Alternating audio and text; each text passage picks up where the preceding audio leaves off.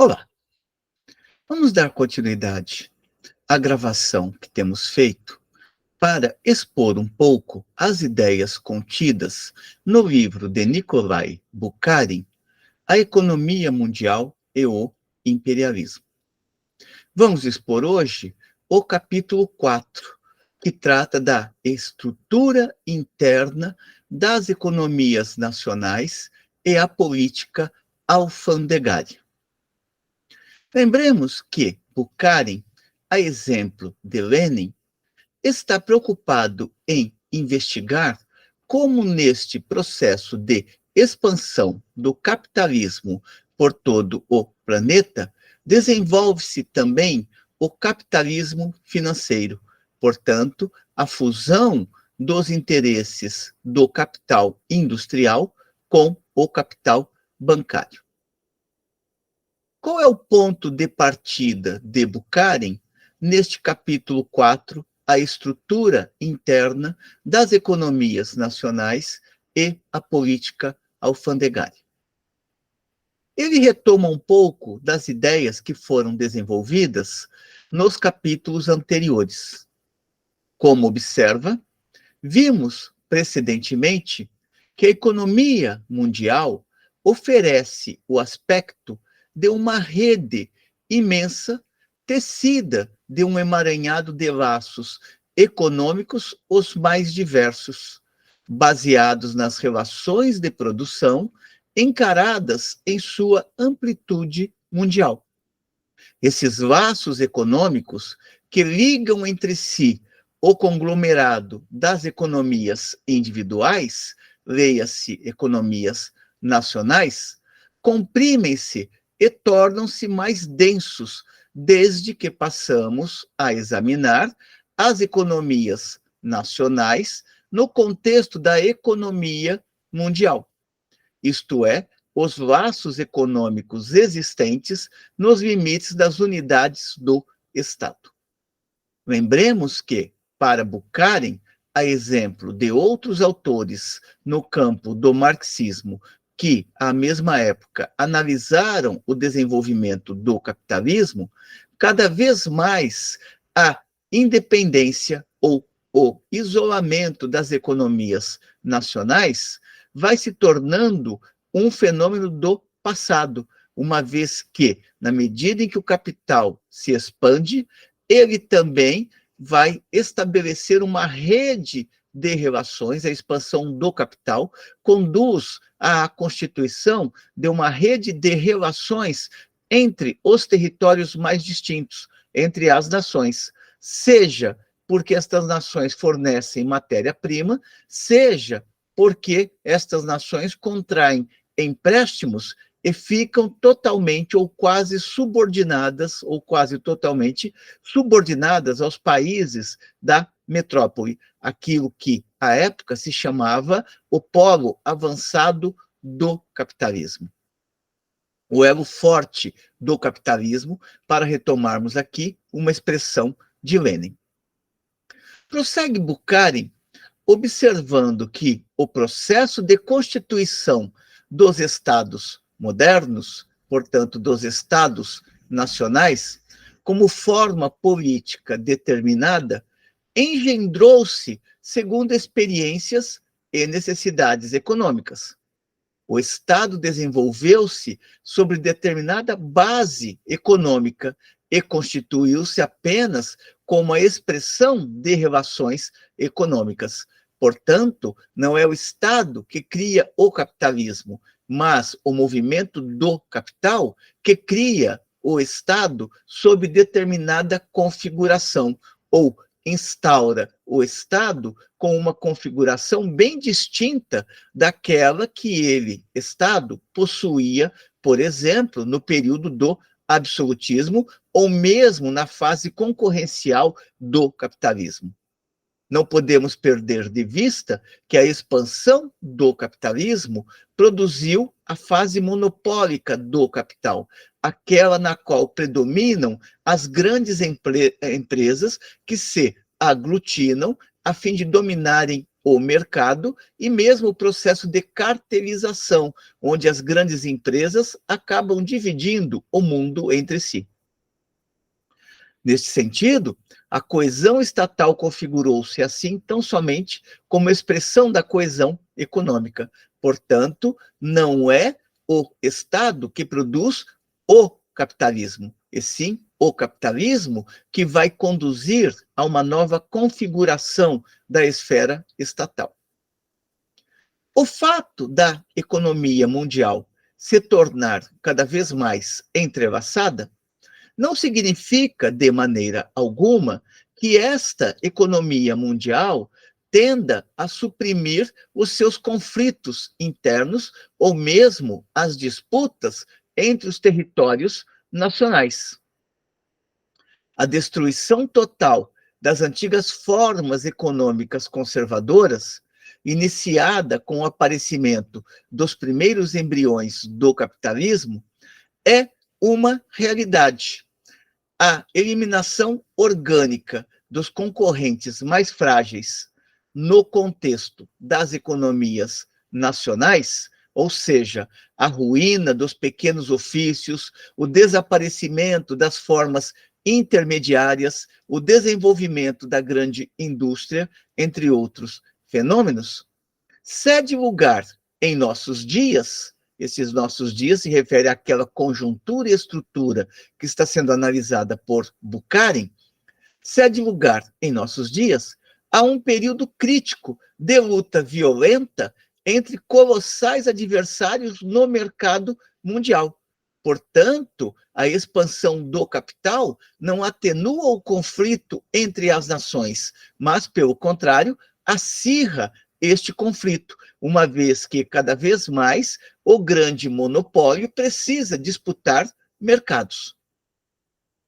Suas causas desses conflitos devem ser procuradas, antes de tudo, nas transformações internas que, introduzidas na estrutura dos capitalismos nacionais, conduziram a convulsões profundas em suas relações.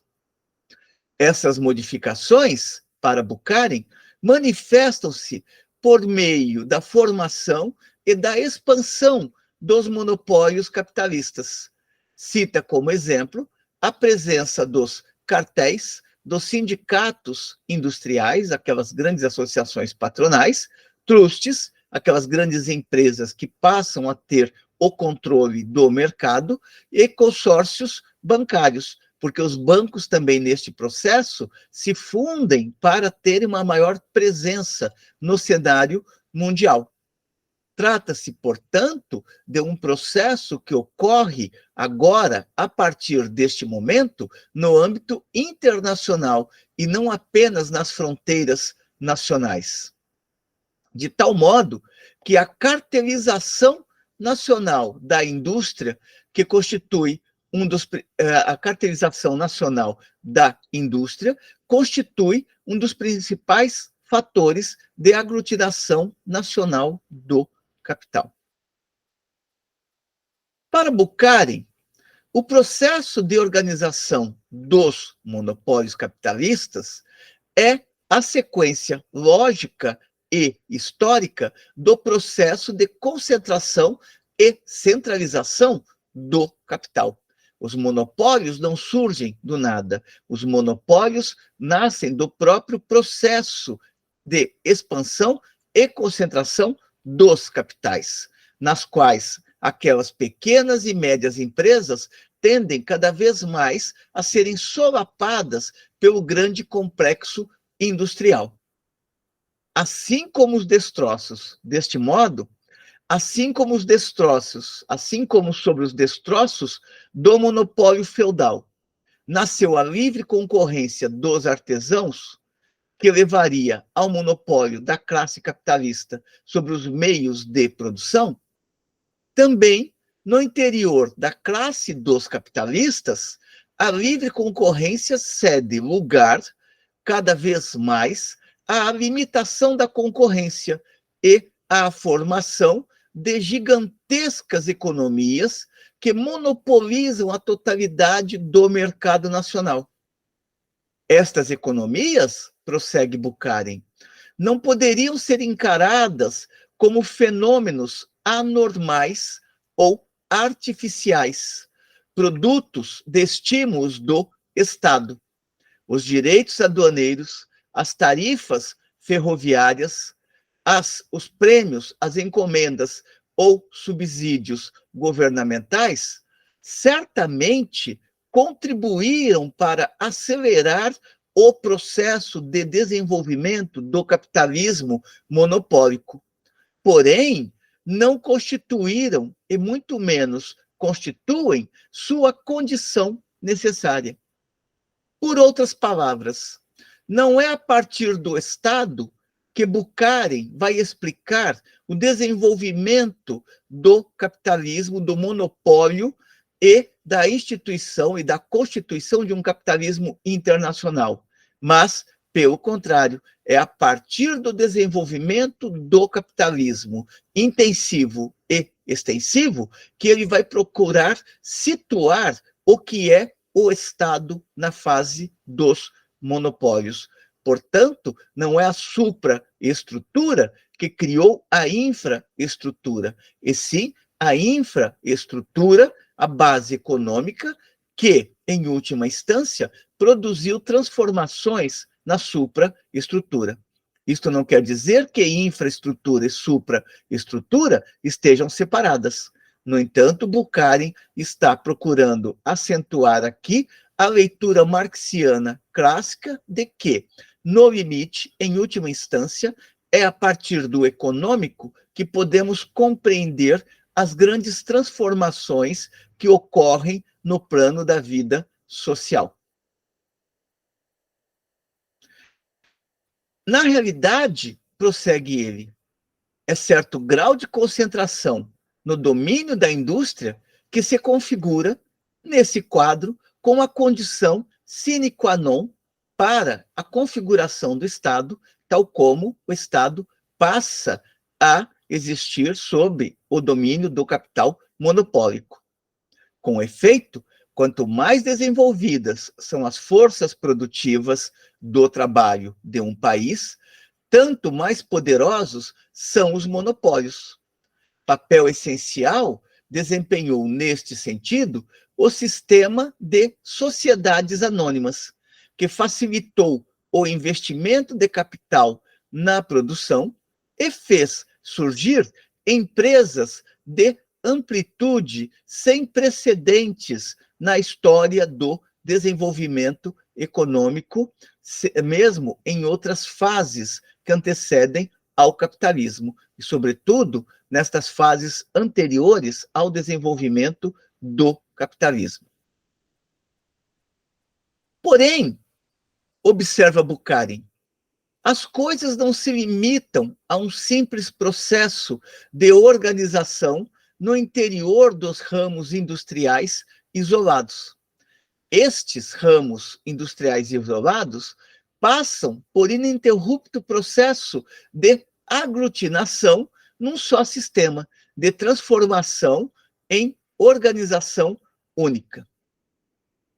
Em primeiro lugar, prossegue ele, este processo opera-se por meio da criação de empresas combinadas, ou seja, de empresas que abarcam a produção de matérias-primas e de produtos industriais, acabados ou semi-acabados, etc.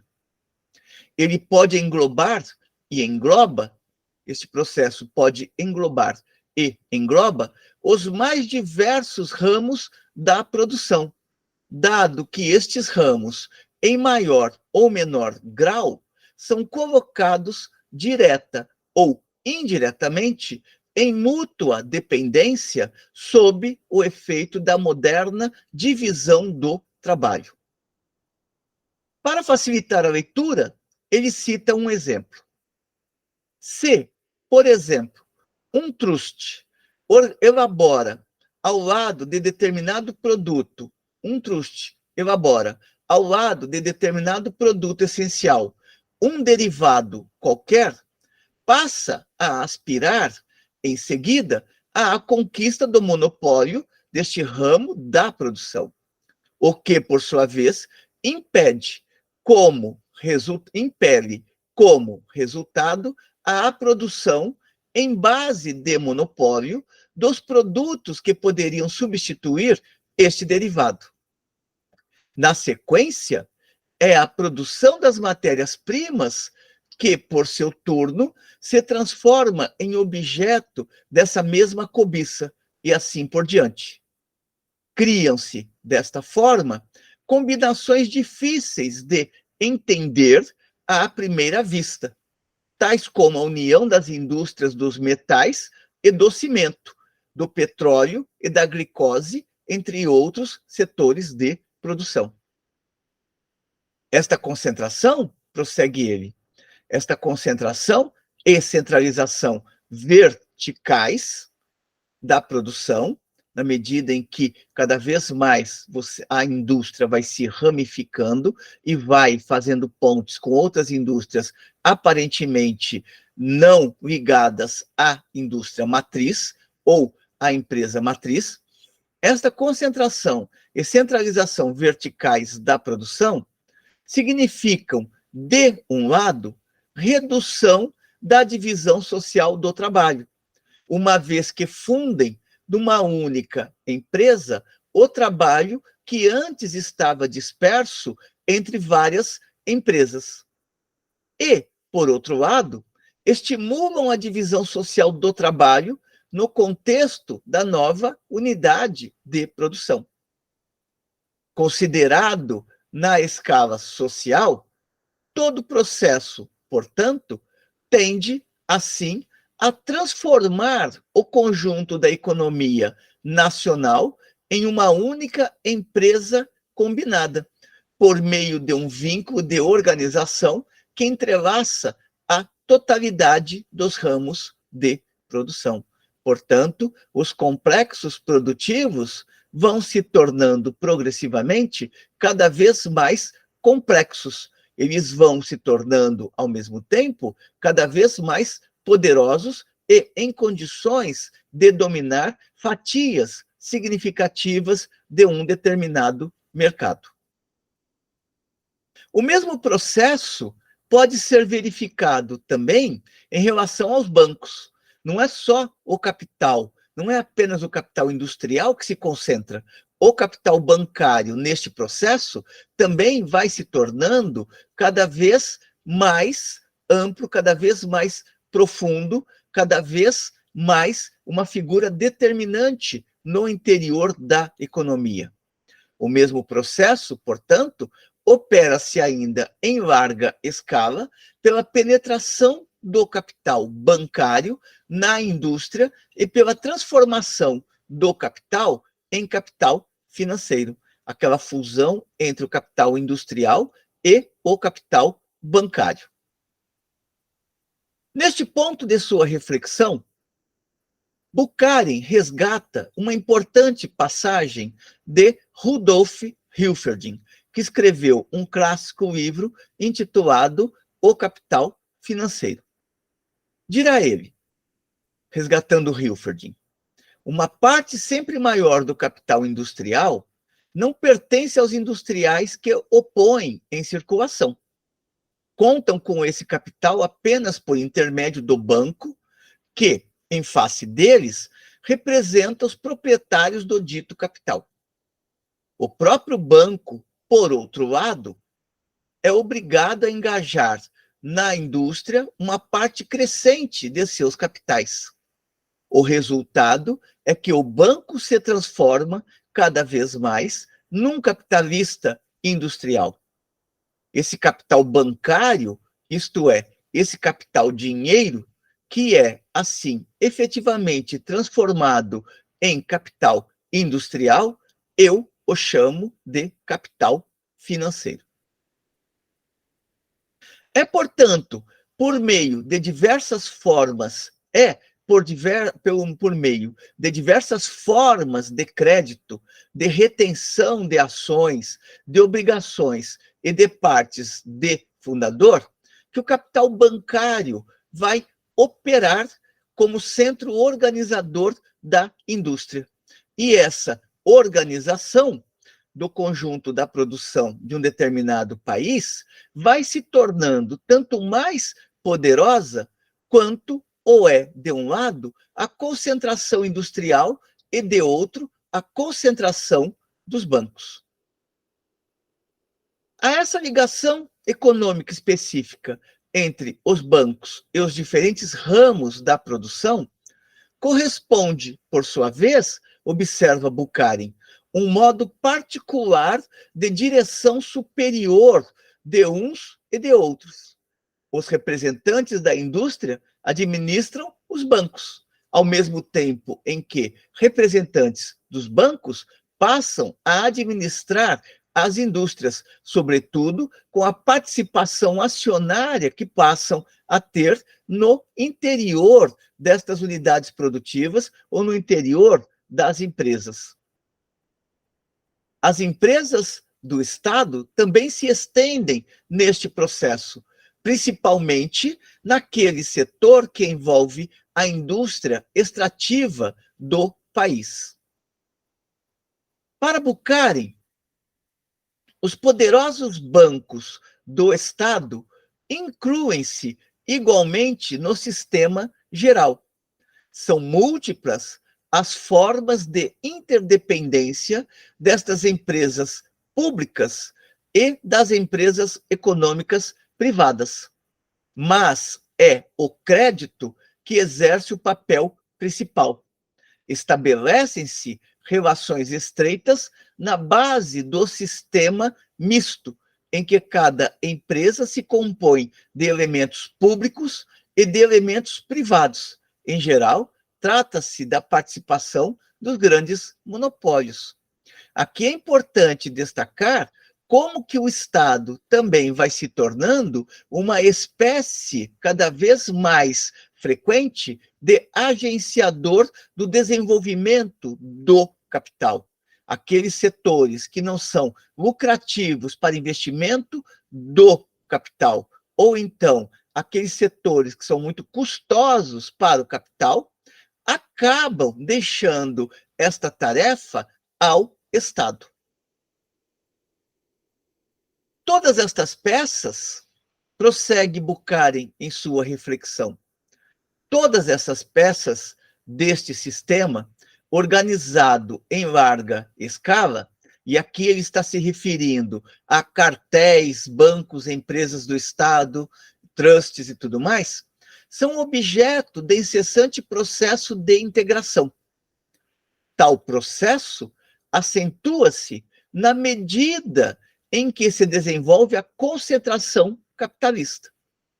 A cartelização e a formação de empresas combinadas estabelecem, em seguida, uma comunidade de interesses entre os bancos que asseguram o seu financiamento. Por um lado, os bancos têm interesse em ver o fim da concorrência entre as empresas que eles financiam. Por outro lado, qualquer acordo entre os bancos facilita a aglutinação dos grupos industriais. Portanto, quanto às empresas do Estado, tornam-se cada vez mais dependentes dos grandes grupos industriais e financeiros e vice-versa. Assim, as diferentes esferas do processo de concentração e de organização estimulam-se mutuamente, de tal modo a fazerem surgir forte tendência à transformação de toda a economia nacional em uma gigantesca empresa combinada sob a égide, sob o controle dos magnatas das finanças e do Estado capitalista. Trata-se, pois, de uma economia que monopoliza o mercado mundial e torna-se condição necessária da produção organizada em sua forma superior não capitalista. Com isto, Bukharin está apontando para como a concentração do capital ela abre espaço para também o desenvolvimento futuro de uma outra forma de organização social. Daí ele colocar que a constituição do mercado mundial, o aprofundamento da estrutura social capitalista, é, ao mesmo tempo, condição necessária da produção organizada em sua forma superior não capitalista, portanto, da sociedade comunista, portanto, do modo de produção comunista. A tendência seguida pelo capital na transição do século XIX para o século XX foi a de acentuar cada vez mais a concentração do capital e de expandir cada vez mais o capital no plano mundial. Assim, o capitalismo mundial, o sistema de produção mundial, adquiriu o aspecto seguinte: alguns corpos econômicos organizados e coerentes, ou seja, as grandes potências civilizadas, leia-se as grandes potências da Europa, aquelas nas quais o desenvolvimento do capitalismo havia atingido um patamar mais acentuado, e lembrando também que quando Marx fala nações civilizadas, ele está dizendo nações burguesas, não no sentido de que sejam mais inteligentes do que outras nações, e sim no sentido de que estas nações, elas desenvolveram as condições para que, em uma outra forma de sociabilidade, as potencialidades humanas sejam desfrutadas em razão da riqueza social produzida.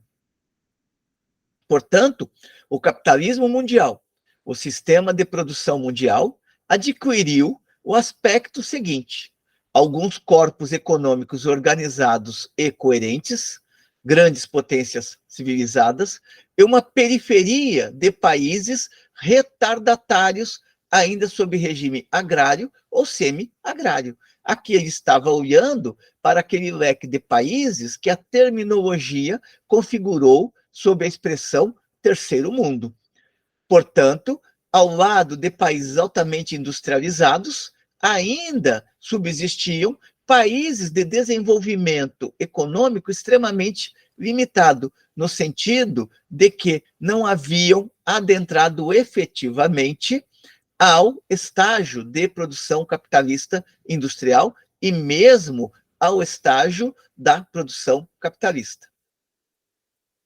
Portanto, o processo de organização tende a sair do contexto nacional, sem que, contudo, elimine as dificuldades que se colocam ao próprio capital. Quanto mais o capital se expande pelo mundo, mais ele intensifica, ao mesmo tempo, as suas contradições internas. Neste sentido, despontam dificuldades.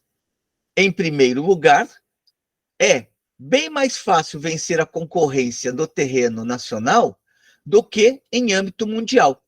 Os acordos internacionais estabelecem-se, em geral, com apoio em monopólios nacionais já constituídos. Em segundo lugar, a diversidade de estrutura econômica e, consequentemente, de custos de produção torna onerosos os acordos para os grupos nacionais avançados. E, em terceiro lugar, a própria aglutinação com o Estado e suas fronteiras constitui um monopólio sempre crescente que assegura lucros suplementares. Buchalho não desconsidera que, neste processo, também tem importância para o desenvolvimento dos capitalismos nacionais e com profundos impactos no plano internacional, a adoção de políticas aduaneiras. Porém, o caráter desta política modificou-se inteiramente. E por que se transformou ou por que mudou radicalmente? Observa ele. Se os antigos direitos aduaneiros tinham um objetivo defensivo, portanto, proteger as economias nacionais, O mesmo não acontece com os direitos atuais, que têm objetivo ofensivo. Se antes visavam-se aos artigos cuja fabricação no país era ainda tão pouco desenvolvida que não suportava a concorrência no mercado mundial, hoje, ao contrário, protegem-se precisamente os ramos industriais mais aptos para sustentar a concorrência no plano internacional.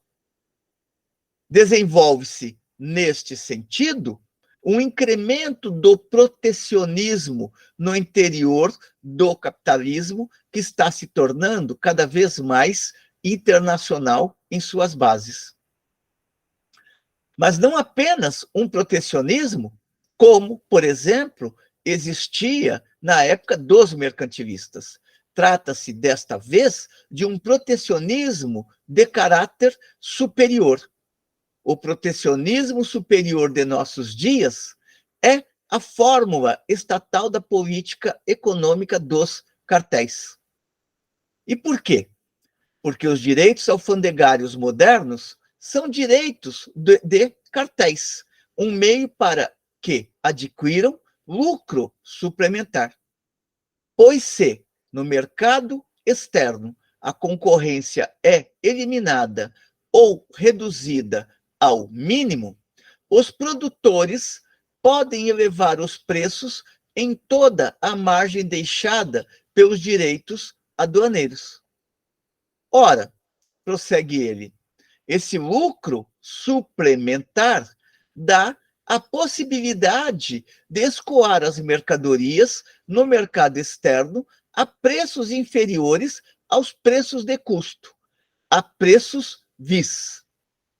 Assim, se estrutura a política de exportação específica dos cartéis, baseada no dumping, ou seja, preços tão baixos que se torna impossível àquelas nações que ainda não atingiram o mesmo estágio de capitalismo, as mesmas condições de produção, concorrerem com os produtos que vêm ou que vinham da metrópole. Operacionalizava-se, neste sentido, um dumping social que esmagava as economias nascentes. Deste modo, se explica o fato de os direitos aduaneiros modernos protegerem a indústria de exportação. Engels havia percebido claramente, diz Bukharin, a estreita conexão existente entre o desenvolvimento dos cartéis e o aumento dos direitos alfandegários modernos com seu caráter original. Dirá Engels, a mania nova e universal dos direitos protecionistas se distingue da antiga ideia protecionista pelo fato de visar, antes de tudo, a proteção dos artigos suscetíveis de exportação, aqueles artigos que podem ter presença no mercado externo. E, em segundo lugar, os cartéis e os trusts que se formam em grandes ramos da produção. Para Bukharin, quanto menos restritos são os direitos alfandegários, tanto mais importante é o lucro suplementar, e tanto mais rapidamente podem conquistar-se novos mercados. E, mais considerável, é a massa de lucros obtida. O único limite possível é a redução da procura, que, a partir daí, já não é compensada pelos preços mais elevados, mesmo que, nestes limites, a tendência à alta seja um fato incontestável. Conclui Bukharin este capítulo com a observação de que os direitos aduaneiros de cartéis, unidos ao dumping dos países economicamente avançados, suscitam a resistência dos países atrasados, que passam a elevar suas tarifas protecionistas. Inversamente, a elevação das taxas aduaneiras por parte dos países atrasados estimula mais ainda o aumento de direitos aduaneiros de cartéis, que facilitam o dumping. Nesse sentido, desnecessário é dizer que essa ação recíproca manifesta-se igualmente nas relações entre países adiantados, tanto quanto nas relações entre países atrasados. Portanto, a tendência é cada vez maior no sentido de existir a prática do dumping no plano internacional. Os direitos alfandegários vão se constituir, portanto, em um elemento fundamental para o capitalismo na fase dos monopólios. Esse direito alfandegário que passou a ser ofensivo e não defensivo, passou a ser um direito alfandegário que procura garantir as vantagens para os cartéis e não para aqueles pequenos e médios capitalistas. Dentro desta linha de raciocínio, observará Bukharin, o grande capital econômico que desempenham hoje os direitos alfandegários conduz a uma política agressiva do capitalismo moderno. As taxas aduaneiras beneficiam os monopólios com uma mais-valia, portanto, com a extração do trabalho excedente, que lhes serve de prêmio de exportação na luta pelos mercados. Luta esta que se faz através do dumping, ou seja, esmagando aquelas economias menos desenvolvidas, uma vez que estas não têm condições de competir com os produtos baratos daqueles países que formam o elo forte do capitalismo. Essa mais-valia, portanto, esse trabalho excedente gerado nas economias desenvolvidas, pode crescer de duas maneiras. Em primeiro lugar, por meio de um escoamento interno mais intenso, escoamento de mercadorias, dentro de um mesmo território nacional. Em segundo lugar, por meio do alargamento deste último, ou seja, as mercadorias começam a ser vendidas fora do território nacional. No que se refere ao primeiro instrumento, o problema fundamental está na capacidade de absorção do mercado interno. Por mais que o mercado interno possa absorver, ele não consegue acompanhar o ritmo de produção crescente de mercadorias. Daí a necessidade de se conquistar mercados externos cada vez mais amplos para aqueles produtos que foram realizados nos países do capitalismo avançado, do mesmo modo que cada vez mais os bancos eles precisam exportar capitais para aqueles países atrasados, uma vez que é limitado o número de emprestadores no interior de uma mesma nação.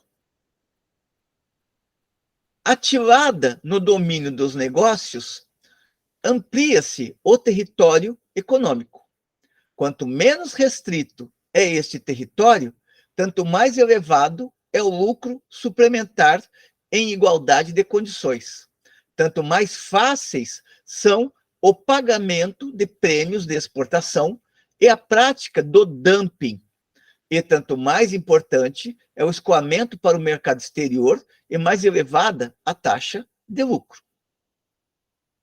Assim, se antigamente, na época da livre troca, era suficiente introduzir as mercadorias nos mercados exteriores, nos mercados de outras nações, e essa operação econômica bastava para dar satisfação aos capitalistas do país exportador, a tendência no interior da fase monopólica do capital, na fase imperialista do capital, é outra.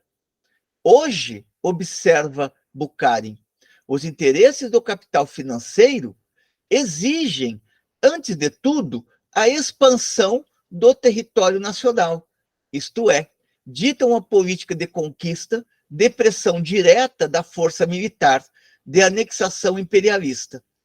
Ali onde o antigo sistema liberal de livre troca pôde manter-se, em consequência de condições históricas particulares, e onde, por outro lado, o território nacional é suficientemente vasto, assiste-se, paralelamente, à política de conquista, ao surgimento de uma tendência a agrupar as partes dispersas do corpo nacional, a operar a fusão das colônias e das metrópoles e a formar um império econômico único, envolvido por uma barreira alfandegária comum. Este é o caso, na época, do imperialismo inglês. Conclui, neste sentido, Bukharin: todas as discussões sobre a organização de uma união aduaneira dos países da Europa Central têm em vista apenas a criação de um vasto território econômico, capaz de fornecer-lhes os meios de um monopólio visando a concorrência no mercado externo.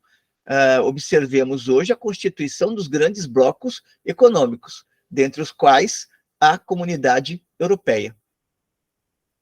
É esse, na realidade, o fruto dos interesses e da ideologia do capital financeiro, infiltrando-se em todos os poros da economia mundial. Ele cria, ao mesmo tempo, uma tendência violenta ao isolamento dos corpos nacionais e à formação, como instrumento de consolidação de seu monopólio, de um sistema econômico capaz de bastar a si mesmo. Assim, paralelamente à internacionalização da economia e do capital, opera-se um processo de aglutinação nacional, de nacionalização do capital, prenhe de consequências, ou seja, tanto esta concentração nacional quanto a concentração de capital no plano internacional não elimina as contradições que acompanham o próprio desenvolvimento do capitalismo. Por fim, diz Bukharin, esse processo de nacionalização do capital, isto é, a criação de corpos econômicos homogêneos, encerrados nas fronteiras nacionais e refratários uns aos outros, uma vez que, embora haja uma interconexão maior da economia mundial, isto não significa que a disputa entre as economias nacionais deixaram de existir, e muito menos a disputa entre os capitalistas de um mesmo território nacional. Este processo de nacionalização do capital é igualmente estimulado pelas transformações ocorrentes nas três grandes esferas da economia mundial: a esfera dos mercados, a esfera das matérias-primas para realizar as mercadorias e a esfera do investimento de capitais, a necessidade de exportar capitais, uma vez que uma única nação não consegue absorver todo o capital que nela foi gerado. É a partir daí, a partir destes três eixos de apreciação, que se deve analisar as mudanças operadas nas condições de reprodução do capital mundial. Portanto, esse capital mundial, ele passa a desenvolver mecanismos novos de reprodução das suas próprias estruturas. São estas as observações mais gerais que Bukharin coloca neste capítulo 4, que tem por título A Estrutura Interna das Economias Nacionais e a Política Alfandegária. Espero que tenham gostado da exposição. Como sempre, encaminhem suas considerações positivas e negativas. Se gostaram do vídeo, recomendem para aqueles que têm interesse em debater estas questões que ilustram bastante com elementos como chegamos ao estágio contemporâneo da sociedade capitalista.